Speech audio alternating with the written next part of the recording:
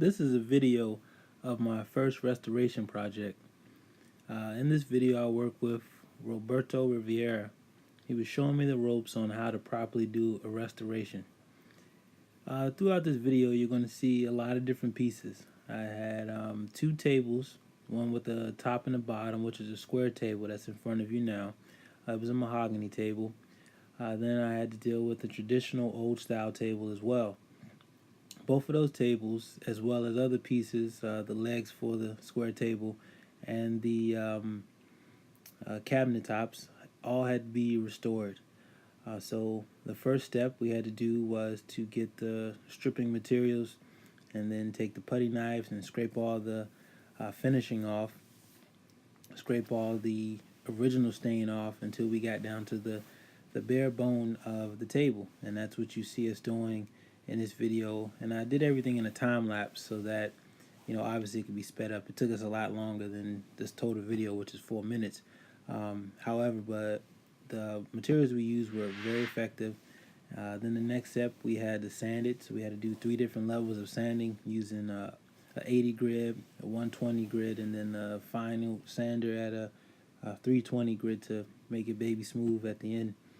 And that's what you see me doing at first, is using the 80, then I end up switching it and going to the 120. And this table, because it was square, kind of like in a frame type of setup, I also had to use my multi-tool that had a triangle sander to get on there as well. A lot of times it was more work spent on sanding the table, making sure it was clean, wiping it down with the blue towels to make sure that there was no sand, anything left remaining. This piece you see right here is the bottom of the square table. So it was a lot of work, but it was also fun. It was a great learning experience. Just seeing the table go from what it was to now what it is, and knowing how you had to go through all the layers and clean it off to make it what it is a beautiful process. This table right here was a nightstand. I was actually original color was kind of faded, had a ton of scratches on it from there, so we had to sand it down. This one was a little bit more difficult because you see in the legs it has the lines that you had to go over it a couple different times with the paintbrush.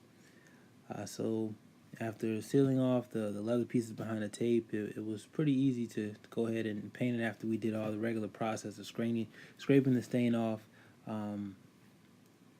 sanding it down, making it smooth, and then going over. One of the things about doing your work outside, you attract some of your neighbors to come by and ask you questions about what's going on. This is the last table as you see me now, and I'm putting on the first stain, the first coat. When doing this, you want to do multiple coats. For all these pieces, I end up doing 2 coats because it was a dark stain, and the second coat really just brought it to life. It allows you to really see the beautiful shine. The first coat was nice. It kind of like shows you the possibility, but the second coat just blew you away. I didn't make a video of me doing the second coat because it would look kind of redundant. You really wouldn't see the difference. However, on my website, on both Facebook and Instagram, I'll have all the photos of the finish and how the customer has now decorated in their home, and it's a great addition.